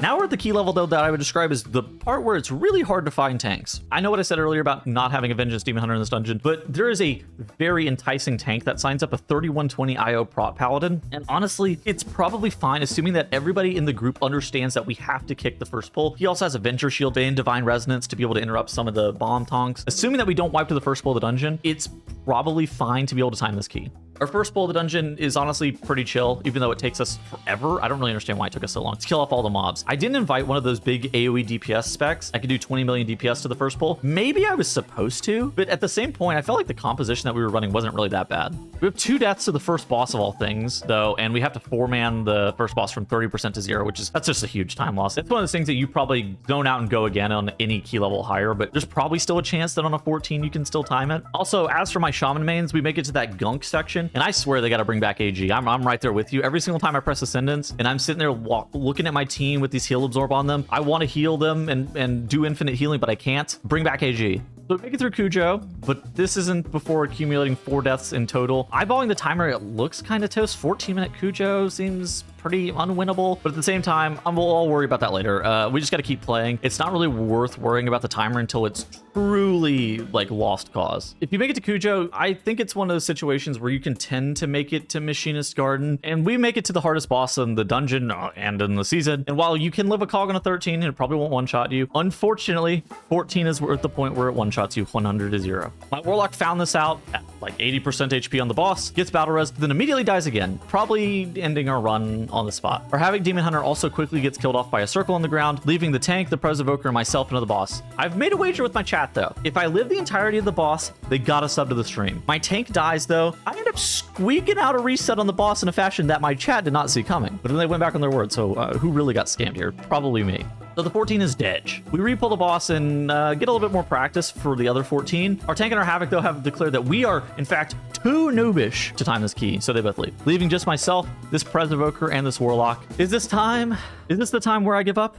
No, as I have autism. It's all good. The press says he's got some gamer marksmanship hunter friend, which I was talking about earlier. I love MM. MM is OP. I'm not especially convinced that Pres Evoker, Ellie Shaman, Demo Warlock, and a marksmanship hunter is a hot and desirable meta composition, but it's also a 14, and you just got to live to be able to time the key. This time, I'm also going to grab a Vengeance Demon Hunter for a second run, so it's not that big of a deal. So we start the key, and things are immediately going way better. The Marksmanship Hunter friend does infinitely more damage than the Havoc in the last group, mostly due to the fact that Havoc's damage profile is good at, cryo damage and funnel, where the MM Hunter can absolutely just, stomp some really low HP trash mobs. I also think the additional rep helped out the Warlock and the Preservation Evoker, as their movement just seemed a little bit better at a glance. So we are 1 minute faster on Tussle Tonks and 2 minutes faster coming out of Cujo, which that's great. I think that we are in a position where we have the opportunity to be able to time this key, assuming that we don't run it down a Machinist Garden and get hit by cogs. However, some stupid Ellie Shaman pressed Lust on Cujo. In retrospect, probably a massive mistake. I was just worried that we were gonna not get enough Lusts, or I would be able to press Lust late into Machinist Garden or something like that. It's one of those things that you probably are just supposed to press Lust on pull in Machinist Garden. That way you can plant and do a little bit more damage, your healer can do a little bit more damage, and you can actually kill off Machinist Garden just a little bit faster. But is this one of those things that's gonna come back to punish us? I don't know, we're about to find out. Answer ended up being no. we fortunately enough only have one death to cogs, which we get battle resed up pretty quickly, and we're past the crux of the dungeon. We kill off the Machinist Garden around 20 minutes into the dungeon, proving that Bloodlust sucked. So we are absolutely cruising, assuming that nothing catastrophic happens. We also hit the Warlock Gate past the pack that ruined my day yesterday, and only one pull separates us from King Mechagon. We easily kill off the pull, and we're now on to the final boss, and this is the exact same point that I was at on a 13 a couple of days ago, and then that healer got knocked into the void. Will the late deplete happen again? I am praying to God no. Let me just say that I am so thankful that I stayed, because we were able to down the aerial assault unit, easily kill off the Omega Buster, and kill off King Mechagon for Thorloser's first 14. And honestly, killing a 14 is a huge deal, because now I only need 1 14, 2 13s, and 5 12s to get that 3k IO score. This is a really big deal for my potential to get the series ended quickly, and I get a fat plus 30 for that key, and I'm all the way up to 2800 IO after this. I think this is a tremendous high roll, not only for the fact that we timed the 14, but also the fact that I can re-roll my 13 workshop that I was using earlier. But I unfortunately get Omega unlucky. Basically, the only key I'm looking to avoid here with the 13 is Dark Flame Cleft, and lo and behold, yeah, I get a Dark Flame. It's pretty unfortunate. And it gets even worse, as in the Dark Flame Cleft, we wiped the Blazacon Trash Room, and now I'm back down to a 12. The 12 is also one of the dungeons that we rerun. It's going Omega clean, but then we have a full wipe to Blazacon himself, which is, you know, I swear I'm just cursed. Like, I think I have a hex on me or something at this point. Nobody shot a tornado at the candles, and then the tank left melee range, but at the same point, you kind of take a look at our timer and it's like, I actually think this is maybe still doable, assuming nothing else catastrophic happens. And so we kind of pump one another up and go doable, winnable. We get back after it, and then we end up timing on a 12. So it actually ends up being whatever, even though we had a wipe, but I swear to God, I think I'm hexed. So I show back up next day, feeling reinvigorated with a 13 Priory in my bags. One downside of running my key over and over again is the key selection process. So since I need all 8 dungeons, sometimes you just kind of never roll into a key that you need. For example, I still have a +9 floodgate from all those days ago. Whenever I forgot to invite the healer, that's still my best floodgate, and that's actually holding my score back a lot. At the same time, I'm sure I can pug a +12 at the very end of the series. Once my shaman is, I don't know, say 2970 IO and just a little bit higher rating compared to the keys I'm trying to attempt. I'm sure you guys have noticed this because everybody's a keen-eyed viewer at this point. I actually haven't been using consumables or enchants. I didn't really think that I needed consumes yet doing 10s, and for enchants, my rule of thumb is kind of typically I don't want to enchant gear that I'm very, very likely to replace, but I finally ended up getting bullied by my chat into buying consumes and enchants, and then after that, we go on to attempt this Priory 13. And I think attempt is the keyword there, and we deplete it to the first pull in classic fashion. Tank deaths are just brutal, but it happens. Like I said before, the player skill variance at 12 and up is just incredibly high. You never really know who you're going to get, but a full wipe is an incredibly likely way to deplete a key. So like in a 10, you could still win a key with a full wipe, but 12 plus it becomes less likely unless it's Dark Flame Cleft, which in that case you can still time it, but you know, more often than not, it's not that likely. I do start to run back to 12 Priory though, because again, we just got to get our key re-rolled, and I get this Azralong rogue brother in my group, Teti from the realm Ragnaros, my hero. And with Teti's help, we barely end up timing the key, but something interesting happens. I end up at the top of the damage meter, and I'm not talking about the rogue, I'm talking about myself, Thorloser. With a Ret Paladin and an Assassination rogue in my group, am I finally figuring it out? Am I finally able to actually do damage? Am I learning the ways of Ellie Shaman? Will Bond finally not laugh at me anymore? Can I no longer be a noob? I also end up getting 22 points out of that run and elevate myself all the way up to 2818 score. And great news, I actually got a 13 Theater of Pain out of the Priory, which I think that this is like one of the best case scenario keys that you can possibly get. Theater of Pain is actually not overly difficult. It's fairly standard. You just kind of hold W. The timer's pretty lenient. People kind of know what's going on because they played Theater of Pain in the past. But this would actually start what I would describe as the Theater of Pain incident. So we had the Workshop incident, and now we have a Theater of Pain incident. And I make a mistake in retrospect with the group formation in my 13. I always take the best available players, but most of the time, composition doesn't matter. I don't really think about it too much. In Theater, I maybe should have considered it just a little bit more than I did, and we didn't really have a good option of how to get past the first pack, so we settled on our monk using paralysis into Ring of Peace, and when we tried in M0 it worked without a problem, and I think you can probably see where this is going. We tried on the 13, we get through with the para and the Ring of Peace, and then eventually the para falls, and that trash pack with the contenders and the caster pulls. The healer gets threat on the trash, immediately dies, gets B-res. Whenever he takes the B-res, he immediately re-dies to a ground effect. GG, thank you for the group. We leave. Apparently, I ended up getting combat. I didn't even notice it until like we VOD reviewed after the fact, but apparently I got combat with the pack, and I didn't notice it at the time. It was only noticed after the fact with like a VOD review session on stream, because I was like, apparently my chat was telling me that I pulled. I didn't even notice that I pulled, and the only way that you could actually be able to tell is if you're looking at your combat timer and see that you're in combat with a CC'd mob. It is what it is. Very unfortunate way of going out, but whatever. A 12 honestly still IO for me. I only had an 11 at the time, so 12 is still IO for Thorloser. I won't make the same mistake again with group formation. This time we have a Dev Evoker who can sleepwalk the mobs and let us run by. Unfortunately, even though things are different, they kind of stayed the same. The Holy Paladin we snagged for the 12 was not ready for the plus 12 key level, I would say, and died twice to the first boss without pressing bubble, and we depleted again. You know, we just, again, the theater of pain incident. How could this always happen to me? I'm having insane deja vu from the workshop a few days ago at this point, and at the same time, I will not be deterred. We got to keep going, because to be able to complete the challenge, you're going to have to overcome some adversity, including your Holy Paladin running it down on the first boss. Now, let me tell you what happens next, because this gets a little bit weird. I queue up an LFG, and I snag a Disc Priest, a Marksmanship Hunter, and a Warlock pretty quickly. This is fairly standard. We're waiting for a tank. People from my chat start trolling me a little bit, and they queue up on very overqualified tanks. We're talking like 3200 IO Vengeance Demon Hunters. There's like a 3100 IO Prot Paladin, those kind of tanks that are overqualified, and clearly from chat, they're trolling me. But since I knew they were from chat, I wouldn't take them just because of the rules of the challenge. And like I said earlier, I tried to not take people from chat realistically, but some people might sneak in from time to time. But if I know that they're from chat, I obviously don't take them. So a Brewmaster Monk applies, and his name's Panda. And honestly, I wasn't going to take him at first. He's also only 2600. At the same time, like, you could probably time 11 at the 2600 Brewmaster Monk. It's not like the end of the world. And I get tired of waiting in LFG for somebody who's 2750, 2800. And I'm like, whatever, this can't really be that bad. And then my party immediately dissolves, aside from myself and the Brewmaster Monk. And I'll cut to real-time me at that moment to explain exactly what happened. Why did 3 people immediately leave? They're pissed. The people in the party were pissed that I took this tank. They got pissed that I picked the Brewmaster Monk. They said, hey, looking for a certain tank, question mark? And then the Warlock types, some beefy tanks are in queue. 669, 3115, Demon Hunter. Grab that guy. Grab him. And then the Hunter message be question mark. And then I invite the guy Panda. And he goes, hey, hey. And then the Warlock goes, questionable pick out of all those tanks. What the are you doing? LOL, good luck. And then they all leave. Sorry for inviting a tank. So they were pissed. They were really mad about my pick of players for an 11, which is, it's an 11. It's all good. Like, I don't really care that much. I get new people pretty quickly. We're playing with the Brewmaster Monk. It is what it is. And the dungeon starts, and it feels just like a car crash completely waiting to happen.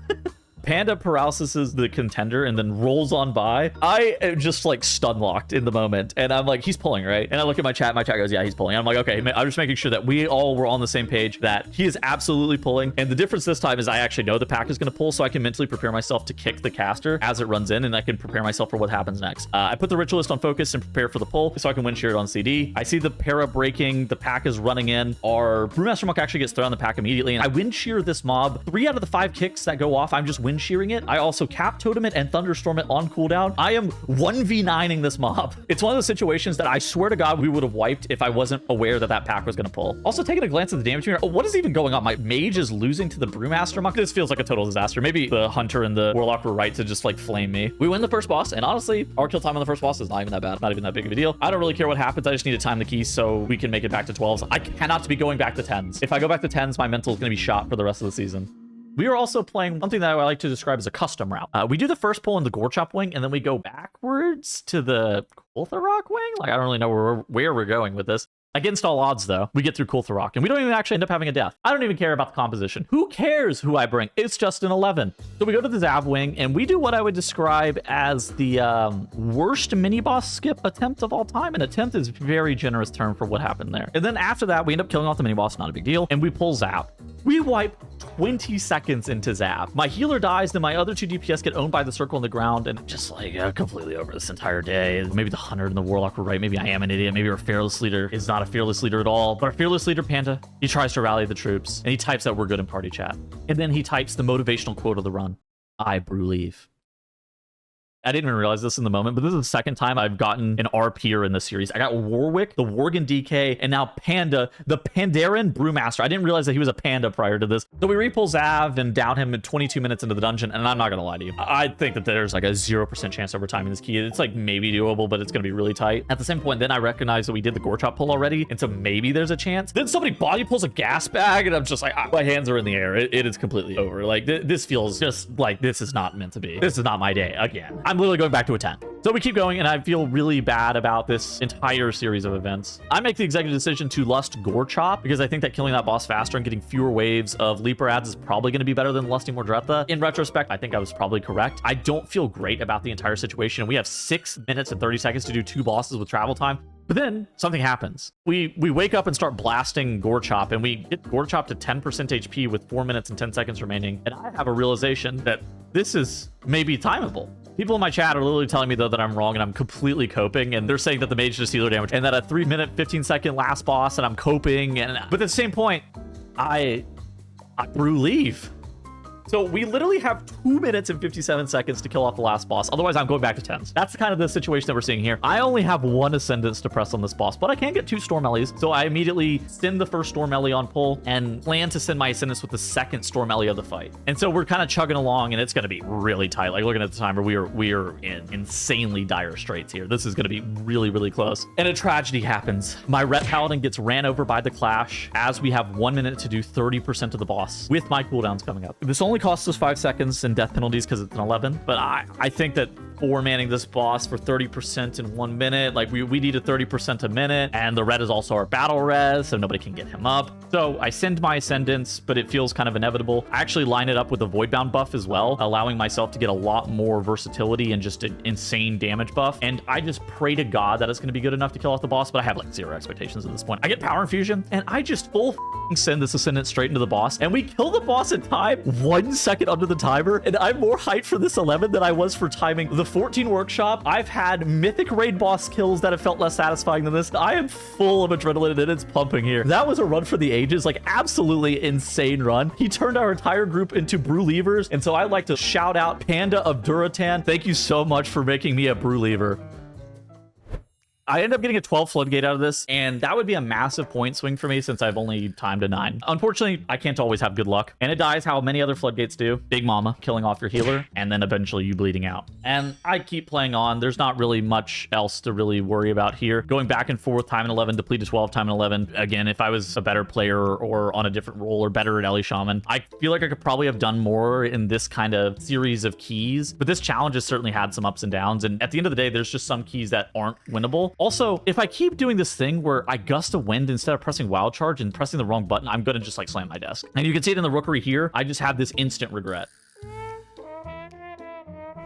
But at the same time, I actually do seriously think I'm getting a lot better at Ellie Shaman in the process, and eventually I end up landing on a plus 12 Theater of Pain. It ends up going substantially better than the others did. With only 1 singular death, we're able to time it 4 minutes under, and this is fantastic for me as it rockets me all the way up to 2906 IO, inching ever so close to the elusive 3k IO. I also end up getting a 13 Cinderu Metery out of this, which is great because 13 would be a score. Unfortunately isn't, but it's Monday anyways, so I'm like, all right, I got 1 more key in me until the end of the week. So we start the 13, and our first boss split, we go through the first boss, and it's 7 minutes and 39 seconds, which if you know anything about Cinderbrew, you're probably aware that that split sucks. What happened was we'd end up having a tank death at the very beginning of the dungeon. The patrons end up stacking up a pretty nasty bleed on your tank and can pretty quickly take him out. And so we end up incurring 4 deaths to that, which makes us a minute slower than it probably should have been coming out of that first boss. At the same time, it's still timeable with like pretty solid play. I think we used all of our good play budget though at the very beginning, and we didn't have very much good play left in us. We had a barrel spawn off a scientist really far away from the pack, not allowing our DK and our evoker to cleave off of it. Our comp also relies pretty heavily on the mobs to be stacked, so a barrel spawning outside the pack was never going to die since the barrel spawned so far away from us and the tank wasn't stacked on top of the group. These additional deaths and the unavoidable wipe certainly cause for a deplete.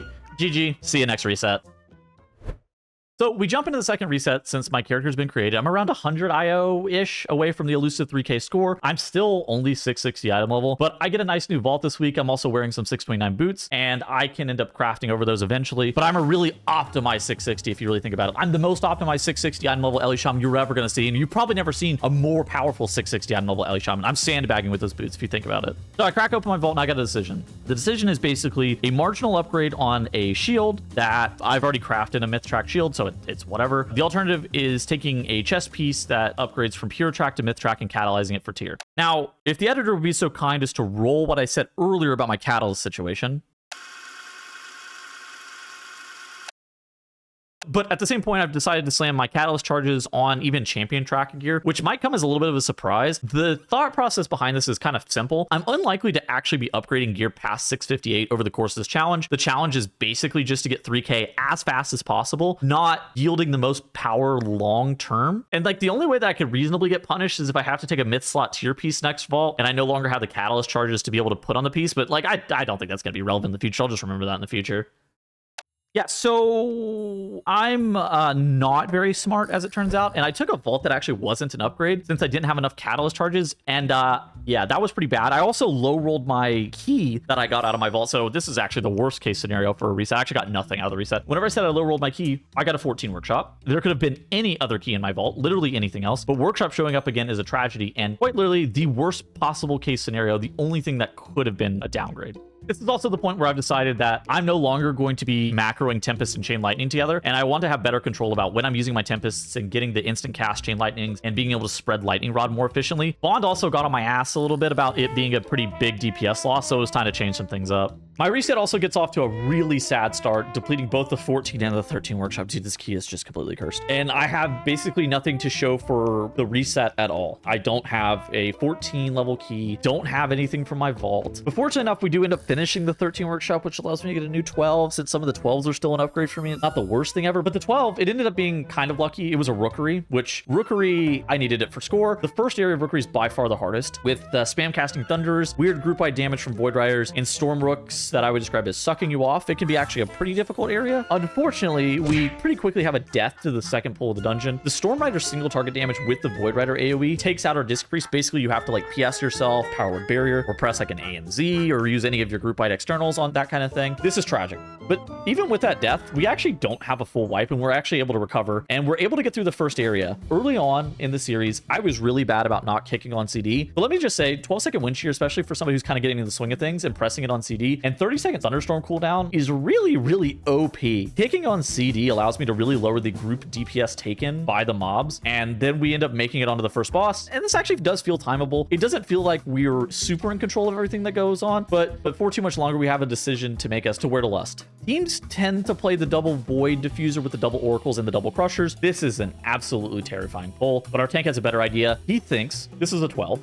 What if we just went slow and played safe and got big IO? And you know what?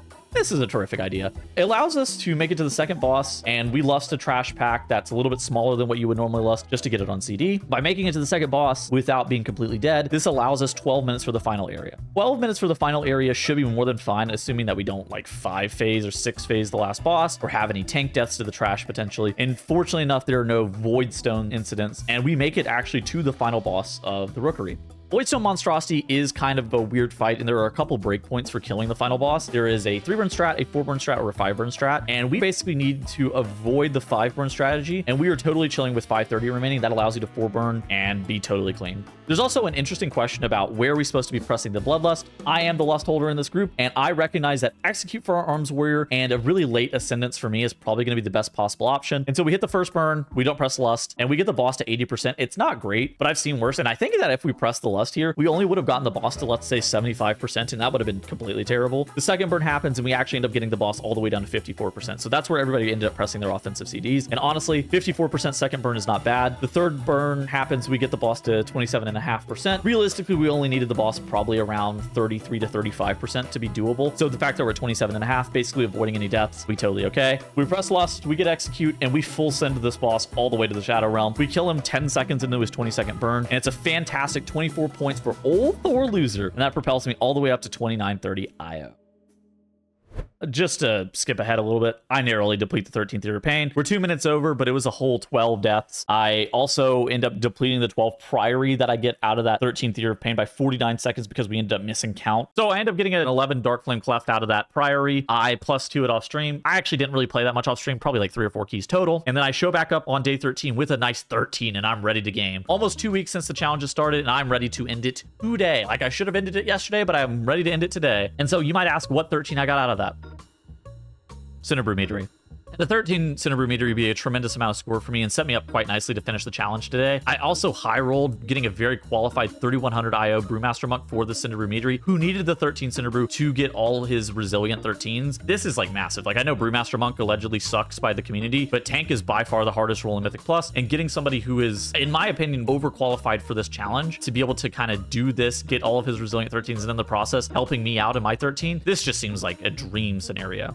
So we start the dungeon, and things are actually going out quite nicely. We do a big Lust pull with single muscle into double muscle into Chewy back-to-back. I think this pull sequencing sucks, so I'm going to level with you guys. I think it can get a little bit sketch whenever you're doing muscles back-to-back like that, since you don't have cooldowns available, and you tend to want to do like Chewy as like a cooldown reset. But tragedy strikes. 30 seconds into Brewmaster Owl Dryer, myself and the rest of Druid end up getting the dot. This is pretty typical. If you get the Cinderbrew dot, you know, you just press defensive and you move out of the ground effect. But if you don't move immediately with the Cinderbrew dot, you get ticked by the ground effect, is the important caveat here. This happens to the healer, who looks like he actually recovers his HP, he heals himself up almost immediately, but he doesn't end up pressing Barkskin or Iron Bark on himself, and he just lets himself die. And sports fans, that is why I now own convincingly realistic jumper cables. My 313 Center Brew with my very overqualified Brewmaster Monk went down the drain to not being able to battle res my Resto Druid. It's over.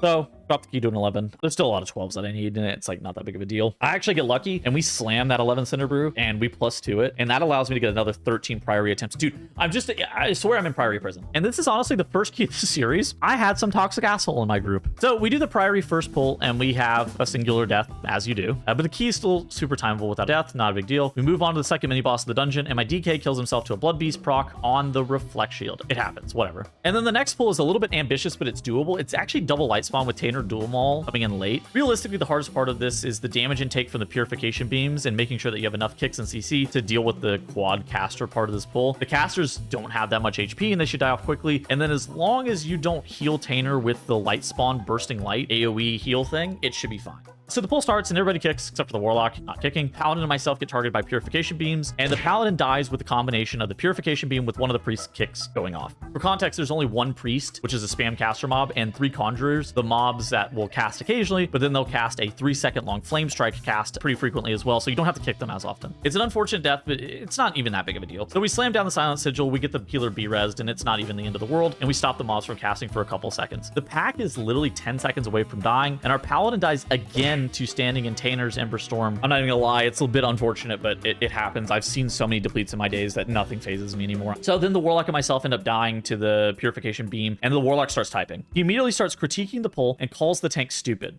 So before I lay into this guy and call this guy an idiot, let me just stop to say, here's the thing. Some keys just are not meant to be timed. Sometimes you play bad. Sometimes the world is out to get you. Sometimes you have a hex. And sometimes you get a 14 workshop out of your key, even though you would have literally have liked anything else. Now, back to this Warlock. This guy is a idiot. He literally let the Paladin die, didn't press Curse of Tongues one time on a quad caster pull. He presses Dark Pact, but he presses it on literal air and doesn't take any damage from anything. And he could have saved himself after the Paladin died if he just used his Dark Pact like a normal human being. I don't even care. But the thing that pisses me off the most is that then he's so confidently wrong in calling the pull dog shit, calling the tank stupid. Was he not playing the same key as me 40 seconds ago? If you want my opinion on toxicity in keys, you're about to get it. I don't even care anymore. You're about to get it. If you don't, I'm sorry, you can skip ahead. Toxicity in keys isn't really too pervasive. It tends to be isolated individuals who have this like massive ego and believe that they're so much better than they reasonably are. They also tend to talk down on others, but that's not how truly good players operate, and they don't view the game the same way that those people play the game. They just view it as a game, and sometimes you are just built to deplete this key. And to that Warlock who left my key, you're an asshole. And the key was honestly still timeable until you left. So not only are you 1, unaware about what was happening in the dungeon, but 2, you're bad with time management.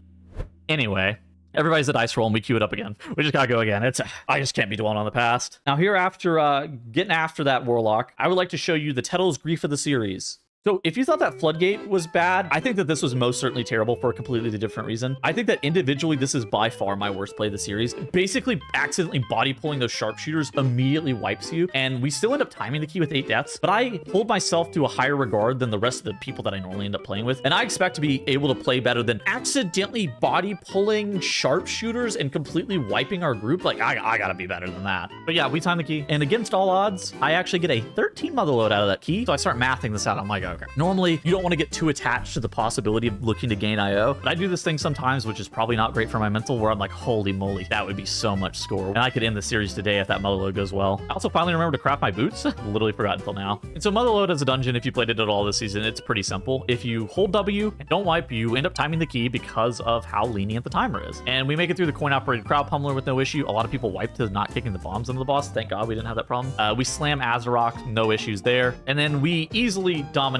Rix of Flux Flame. So far this key is going according to plan. We only have 3 deaths. So we walk up to Mogul Razdunk with 6 minutes remaining. This is the part where Dratnos in the TGP will sometimes meme and be like, there's no possible way they can wipe from here. That's how I kind of felt. It's like, there's no possible way we can deplete this point. So we make it to 50%. We go to the intermission, and we only have 1 death during the intermission on our priest. It happens. We have 2 battle reses remaining after resing up our priest. We are absolutely home free. We get down to 7% HP, and all 5 of our players are alive. And I was just blindly following the boss around. As assuming that where he was going to be safe. And unfortunately, I should be better than this. The Ret Paladin and myself get shot by the micro missiles from the Boomba bots, and then shortly after, our priest gets gunned down by the Gatling gun. Our hunter then gets targeted by the honing missile, and if he pressed meld or feign death, he probably would have been able to save himself, but unfortunately he didn't recognize that he could meld or feign death to cast, and it's a simple 1v1. Prot Warrior versus Mogul Razdunk, 6%. There's no way we're winning this. Hypothetically, if the Prot Warrior had a battle res item, the jumper cables, maybe we could win this, but the tank doesn't have jumper cables. As it turns out, he actually did have jumper cables, and he ends up resing the healer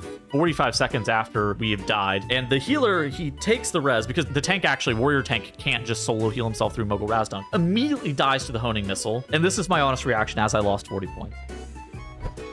Wait, he does. Oh my god, he rests the healer. Fill your next of kin with the spent ammunition. What the man? And I'm gonna be straight up with you guys. I could blame other people. I'm gonna take some accountability here and say that that one's on me. Like, I expect better out of myself, and if I was paying more attention and playing like I'm a 3500 IO player, the key would have been free. The other people had opportunities to keep themselves alive, of course, but ultimately, like, I hold myself in a higher standard than relying on people in LFG to help carry me. Like, I dead ass earned that deplete. All right, day 14, we go again. Another day in the grind sesh. 2 weeks total playing the stupid Ellie Shaman, trying to get the 3k IO.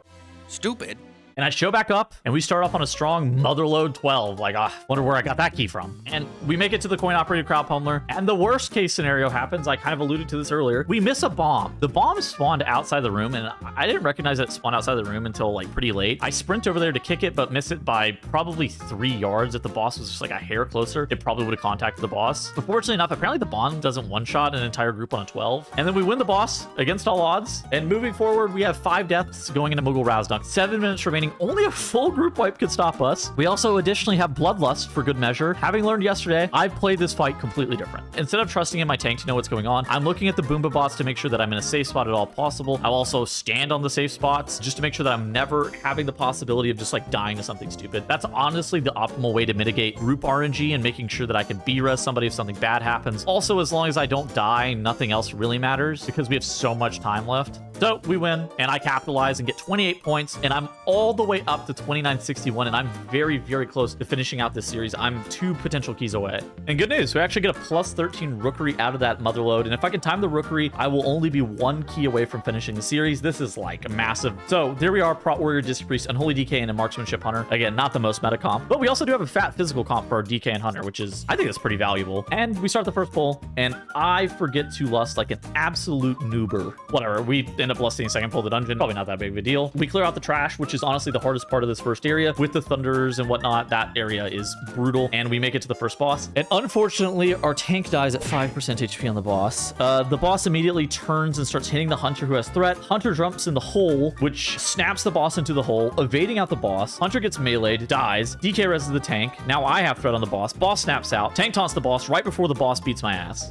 There's a very strange series of events at the end of that fight, but we're still pretty far ahead of the timer requirements. And assuming nothing else weird happens, we keep on chugging along. We get through the hardest pull in the dungeon. Single Void Diffuser, double Oracle, double Crusher, which is like no Bloodlust pull. That is by far the hardest pull because the double Oracle cast, the coordination that's required on that is like really high.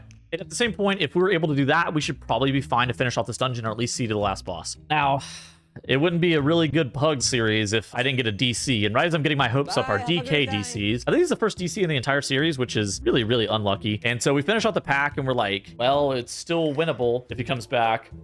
He doesn't come back. And 2 minutes elapsed. The DK hasn't come back. My key's depleted back down to a 12. I re-listed up and I form a group of a Marksmanship Hunter, a Ret Pally, Disc, and a Vengeance Demon Hunter. And we casually just slam this 12 rookery. It gives me plus 3 points. It's unfortunately just not the 13 rookery I've been hoping for. And then I get a Priory again. And this is where we encounter the third RPer of the series. We got Warwick, we got Panda, and now we got Fox Boy, the Volpera Warrior. And this guy, unlike the rest, he keeps dropping this massive like Tavian toy every single time it's up. Well, we make it through the first pull pretty clean, but we're racking up some deaths here and there, impales from knights, hot shots from sharpshooters, and casts going off, the standard Priority of the Sacred Flame stuff. And we are very, very slow going into the first boss, to the point where I'm not exactly sure if the key is timeable. And let me just say, the first boss of Priority of the Sacred Flame with the warrior tank is absolutely demonic. The bleed that gets put on the tank just absolutely owns them and sends them to the Shadow Realm unless they play perfect and perfectly rotate their cooldowns. They'll also need externals occasionally. But another pretty unknown mechanic on this fight is that Emberlin's, the mini boss, puts a debuff on your tank periodically that can be dispelled. Any healer is aware of this, and basically it makes your tank take 25% increased damage while the debuff is on them. Our healer was a little bit slow, tending to take like 1 to 2 globals pretty consistently to get that debuff off the tank and get it dispelled. This caused our tank eventually to die to the dot. Both probably could have outplayed it a little bit more, but the tank death pretty much finished off what was going to be a very tight run otherwise. All right, and so we're back to 12th Priory. You know what? I got a little bit of a different idea. I'm probably in an okay spot where I can actually pug some of the keys that I need for my 12s and maybe like re-roll this Priory. There's also some 13s that I need. So I'm sitting there, I'm like sitting in Dornagal. I'm signing up to any group that'll potentially take me. Reminder, I'm like at this point at 2960 IO Ellie Shaman, who's 663 item level. Not exactly the hottest commodity ever. I think that most people who are looking for 12s and 13s are probably somewhere closer to 3K and like 670 something item level. So I'm not like Mr. Hot Thorloser on the block or anything like that. But I actually do get pretty lucky and get accepted to a 13 Operation Floodgate. My current Floodgate is still an 11. So if I time this key, it actually ends the series. And by the way, this is the first dungeon of the entire series that I am not the group leader for. This is the first dungeon I've actually been able to pug into the entire series. The Ret Paladin is the leader, and he designs the comp of Prot Pally, Disc Priest, MM Hunter, Ret, and me on an Ellie Shaman, which it's fine. And so we are on day 14, and now I actually think it's probably a nice time to check in with Bond as to see if I've improved, if at all. Give me some. Show me something. What? Dude, the cowboy hat. I love it. Yo, the cowboy hat's gonna give him powers. 100%. What do you got? What level is this? Okay, it's Floodgate. 13 Floodgate. Dude, is Thorloser rising? Hold on. Perhaps we doubted too soon. Wait, what are we? We just burning Spirit Walker's Grace for fun? We haven't casted anything. We just burned like 5-6 seconds of Spirit Walker's Grace for free. You know, maybe he makes up for it. Let's go. We got the Storm Ellie down. We cast Stormkeeper. Ascendance should be Nature's Swiftest Ellie Blast. Chains into Quakes. Into some more Chains. To some more Quakes. Some more Ellie Blast. Chains. Quakes. Okay, wait. What is this? Did we late potion? How do you even forget? Okay, you know what? Maybe it's okay. All right, we got the Tempest in here. We're kicking. It's beautiful. Quake, Tempest, Chain, Ellie, Chain. She's some Quakes. He's procs, amazing. He's doing it. Look at the dam. Earthquake. Okay, he hasn't f***ed up like alternating EB Quake. Frontal. Oh, one good tip though I see is the last video I noticed that you need to be quick because every time you chain, you reduce CDR by Stormkeeper. So you really need to, the second that this Stormkeeper is up, if the mobs show any signs of life, you send that instantly. So that way all these chains, right, like 2 seconds, 4 seconds, 6 seconds, you already have 10 seconds off if you had sent this earlier, right? So we really need to send this Stormkeeper. Doing it. Guys, Thorloser is doing it. He did it. is. Yeah, that was a great pull. Maybe not quite him. I learned. You did learn, but the hat definitely gave you some powers. Let's go back to that first clip and see if you hold on to Stormkeeper. You can see your Stormkeeper every time you chain, it comes off. You know, 2 seconds off. So let's see. You want to press it the second you get it back. Just happened to me. Right here, right. You're pressing it. You press it. You're pressing it now. You're pressing it. Okay, you proc your random Stormkeeper, you're pressing it. Okay, now we press it. So we lost a little time, not too bad. I think Thorloser is gonna get there. I see some from the +5 to the +13. I saw big improvements, and I think it has to do with that hat. So good job.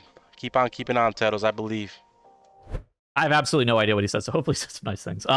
So we're going through this dungeon, and the tank is kind of doing an interesting route. He's doing Demolition Duo first. I think this route is excellent. The general philosophy is that if you do this, you get your second less of the dungeon on Big Mama, with you running straight to Demolition Duo as the first boss you fight. Now, he does a pull that I don't exactly subscribe to, which is the double Surveyor into double Architect. This pull immediately gets me killed, as the Easy Throw Dynamite, if synced with a nail gun, can one-shot you almost immediately, even on a 13. In retrospect, I'm looking at this back. I should have walled, but not being aware enough to notice that that I'm supposed to wall, I end up going down. This is just kind of a mistake on my front. I also at the same point wasn't aware that it was double nail gun and one easy throw dynamite. I've seen teams in the MDI do that pull solo. For context, that pull is so difficult that you would never do it with the second architect. So we go through Demolition Duo and we kill the boss off at 9 minutes and 30 seconds. We also remember to do the boxes, which I've seen some groups forget, but fortunate enough we do remember. We shoot out the blimp as well. Big deal to remember doing that. And then we're off to Big Mama. We make it to Big Mama and we press lust almost immediately, and offensive CDs are fully sent to the boss. That's why this route is actually so good. And the big deal with this fight is actually being able to kill off the boss in 3 of the jump start phases and not letting the Mechadrones live for too long to get the kilo block barrier up. This fight becomes demonic around, I would say probably around the 16 range, because killing the drones before the kilo block comes up is really tough. However, our complement of 13 is actually great at killing off the ads. Maybe a little bit less good at killing the boss, but at the same time, since it's 13, the boss has a low enough amount of HP that it doesn't really matter. So we go through 3 jumpstart phases and we have to do 6% of the boss HP after the 3rd jumpstart. But realistically, this isn't even that big of a deal. We do some more custom pulls, including pulling the box associated blood warpers. Honestly, this does make sense for a pug in retrospect, because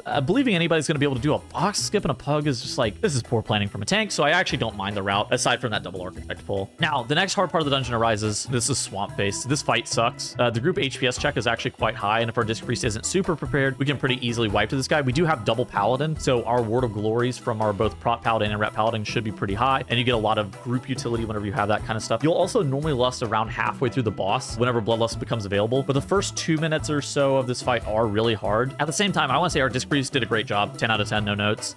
And we make it through Swamp Face pretty effortlessly with a 21-minute, 52-second Swamp Face kill. We're probably around 2 to 3 minutes under the required time to be able to time this dungeon. But again, we do a little bit slower pulls. And so next up, we have Bubbles. And if you know anything, you've seen so many runs die to Bubbles skip. But similar to Blood Warpers earlier, our tank has an idea. Pull him. Let him cook. Bubbles will just be played in this group though, and I think it's totally chill that he's electing to do that. Assuming that you're not super hard pressed against the timer, it's probably fine. He's just really count inefficient is the reason that pretty much every group skips him. He has to be done solo. He only gives 20 count and takes like 45 seconds, or you could spend 45 seconds doing a pack upstairs and get twice the count. It's just not a really viable trade-off, but I think it makes sense. What I will say about the route is it was a little bit cooked. We were 5% count over. I wonder if we could have skipped that cringe architect pack from earlier, but I didn't really do too much looking into it. And we make it to the last boss. All we have to do now is play safe big IO. And Giesel Giga Zap is, I would describe as a very tough fight. She does massive damage on a 1 minute cooldown, then casts this Giga Zap, putting these fat dots on players twice a phase. We'll also get an Omega late lust, like last minute to minute and a half of the dungeon. And so we're going through the fight and it happens. Right as I press my ascendance, I get stunned. What has happened is I ran into electrified water and I got myself stunned during the middle of my cooldowns. Maybe I don't have ice in my veins. Maybe I actually don't have what it takes to be able to do it. Maybe this is actually where the run ends. Maybe I'm just a 12 keyer forever. Like I have all of these thoughts running through my head as I see myself get stunned by something that is so stupid. I lose my entire ascendance, which like I said earlier, pretty much all of my damage. Honestly, worse than death. I'd rather have died than lost my ascendance, but the healer ends up actually saving me with a really well-timed pain suppression and shield. So we end up winning the dungeon, and this actually concludes my journey to 3KO. But the story, this wasn't about the run that got me to 3K, but instead it was about the 13 days prior to getting this achievement. It was all about the 10s that I did for gear. It was all about getting passable at this typically useless Ellie Shaman spec, plus 41 points for me to go all the way up to 3005 IO. I did it. We're back.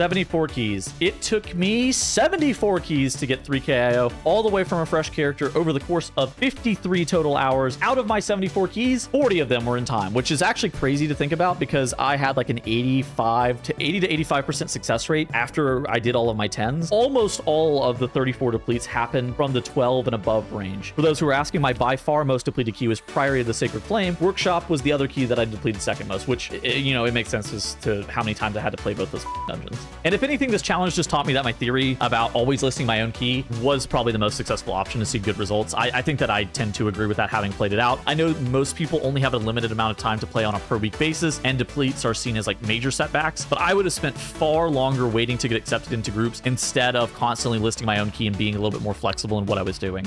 And just talking a little bit candidly, the reasons that I started this challenge as well was because I was kind of tired of just doing vanilla high keys on stream each and every single day. And I thought that doing this kind of zero to hero-esque challenge would actually be something that was not only fun for me to do, but would be fun stream content, and hopefully a really good YouTube video could come out of the entire thing. And I would say in those aspects, I was right, and it was pretty successful. But I started this challenge with 2 goals: get 3 KIO, 1, and get good at Ellie Shaman, 2. I got 3 KIO, and so now we have to test whether or not that second part of the goal was successful. And I invite my nemesis, Jangbi, back to the party. It's time to duel again, Jangbi. 14 Cinderbrew Meadery, Thorloser versus Jangbi.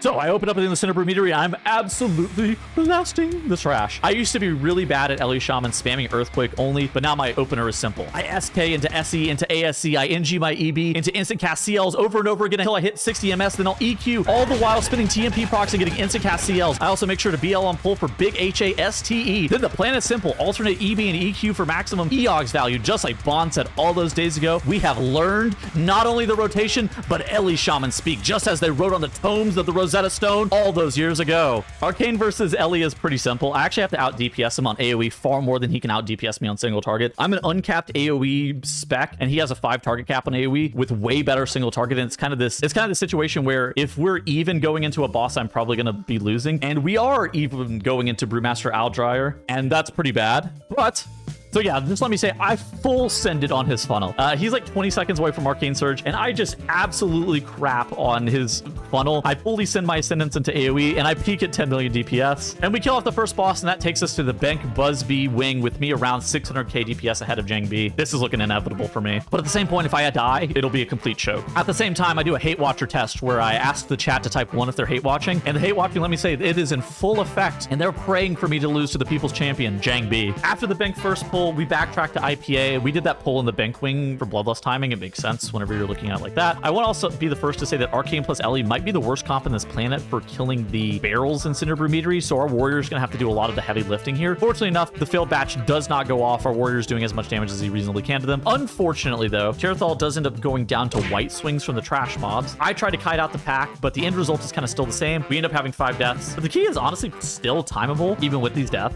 We're making our way to the IPA room, and we bloodlust the double Hobgoblin pack on the way, but a failed batch ends up going off, which that's really, really scary. Jangbi goes down to the dot plus charge damage like an absolute noob instead of pressing a defensive, this is honestly tremendous for my overall. But without Bloodlust, we go into the IPA room, and we got to pull aggressive to actually be looking to time the key. We do the high key standard pull in the IPA room, except without Bloodlust, which is probably going to wipe us. And unfortunately, the inevitable happens, and we wipe to the failed batches, kind of like I called out earlier. Another deplete. That puts me at 35 for 75 in terms of the deplete ratio. Very unfortunate situation here for me. But do not be alarmed, sports fans, as I smoked Jangbi. Rip Bozo. Thorloser on top. Thorloser out.